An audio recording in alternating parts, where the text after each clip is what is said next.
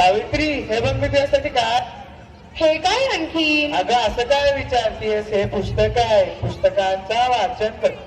इश्शा, आता या वयात कसं वाटेल ते? हे बघ सावित्री, तू मला वाचन दिलं होतास, आता नाही म्हणू नकोस, ते तर तुला करावेच लागेल. हो, लोक काय म्हणतील? लोक आपल्यावर थुतू ती आया घरातील कामातच बरे वाटतात, असे बाहेर जाऊ नये. बरं असू द्या, हे पुस्तके राहू द्या बाजूला, मला आज लई कामं आहेत. अरे बाळा, गप माझ्या सोन्या, तुला काय झालंय? का रडतोस? अगं बाई, याचा अंतर लईच आपल्या. आता हे पण घरी नाहीत, आता मी काय करू?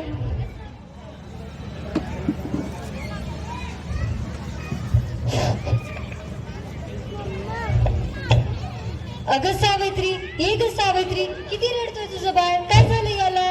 होय ग पारू, रात्रीपासून लई रडायलंय, काय ठाऊ काय झाल्या.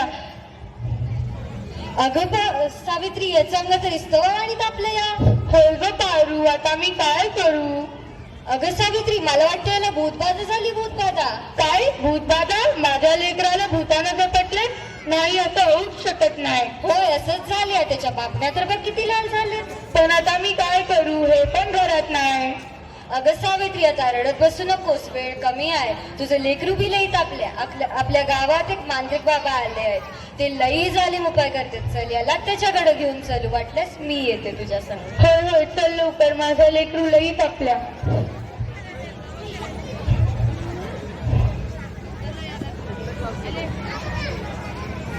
बाबा, ते बघा, एका बाळाला आपल्याकडे घेऊन येत आहे कोणीतरी.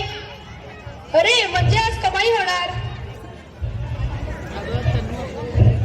बाबा, माझ्या बाळाला वाचवा, याचा अंग विस्तवासारखा आहे. काहीतरी करा बाबा, माझ्या बाळाला वाचवा.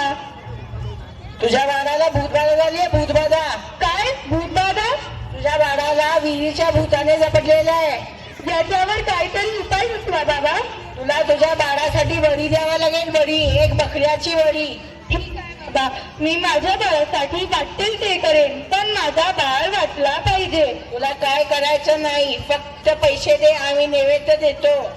ठीक आहे बाबा, मी वाटेल तेवढे पैसे खर्च करेन, पण माझा बाळ वाचला पाहिजे. हा घे अंगारा, दिवसात 2 वेळा लाव बाळाला. ठीक आहे बाबा. बाबा की जय हो, बाबा की जय हो, बम बम बोले, बम बम बोले.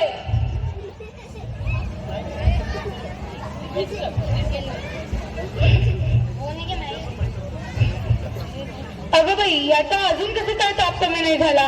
काल बाबाकडे जाऊन काय फरक नाही पडला.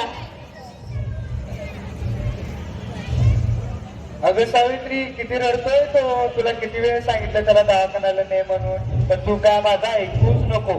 अहो, चिडू नका, बघा ना हातात घेऊन, याला काय झालंय? अगं, याचा अंतर तव्यासारखं तापलाय. किती गाफील राहतेस तू. याला अंगारा लावते. कर सावित्री. जरा विश्वास ठेवा. हे बघा, याचा ताप कमी होतोय, कपाळ बी अगदी थंड पडलंय. उठ ना बाळा, उठ, बघ तुझी आई तुला बोलवते. हा असा गप्प गप्प काय झालंय? डोळे पण उघडत नाही. उठ ना बाळा, उठ. मी नाही राहणार मी अडाणी. मी शिकेन, मी नक्की शिकेन. तुझ्या एखाद्या कुण्या आईला आपल्या उत्तरतेच्या कमतरतेमुळे आपल्या बाळाला मुक्त लागणार नाही. मी शिकेन, मी नक्कीच शिकेन. शाबास सावित्री, शाबास. तुझ्याकडून मला हीच अपेक्षा होती. अगं बाई, मला तर माहीतच नव्हतं सूर्य हा पृथ्वी भोवती होत फिरतो. अगं, सूर्य नाही, पृथ्वी सूर्याभोवती फिरते, समजलं? चल काय म्हणत.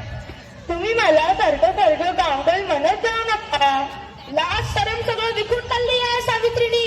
कलयुग है रे बाबा, कलयुग.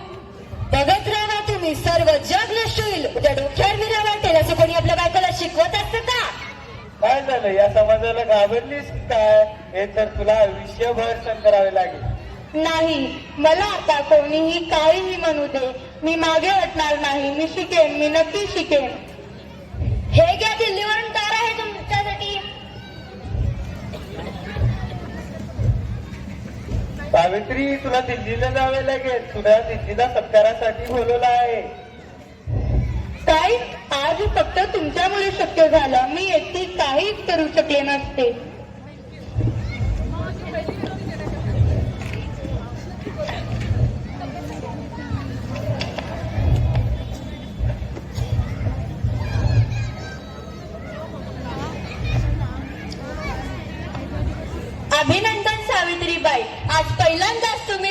तिचा सन्मान वाढवलं. स्त्रियांना शिकलं व शिकवलं पाहिजे हे तुमच्या कृतीतून तुम्ही जगाला दाखवून दिलं.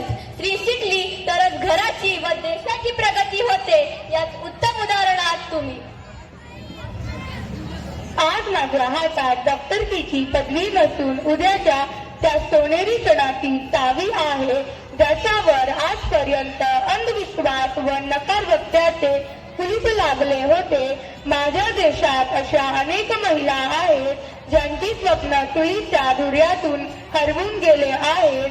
मला असं वाटतं ही स्वप्नांची पतंग खुल्या आकाशात उडावी आणि प्रत्येक घरात सुमंतराव असावे, कारण हे पतंगाच्या दोऱ्याला कधीच कापू देत नाही. अगं सावित्री, चुकलं माझं, मला माफ कर. मी तुला नाही नाही ते बोलले. आज तू शिकून या जगाला एक चांगला धडा शिकवलास. आता आम्ही पण शिकणार. खरंच सावित्री, चुकलं आमचं, माफ करा मला. धन्यवाद.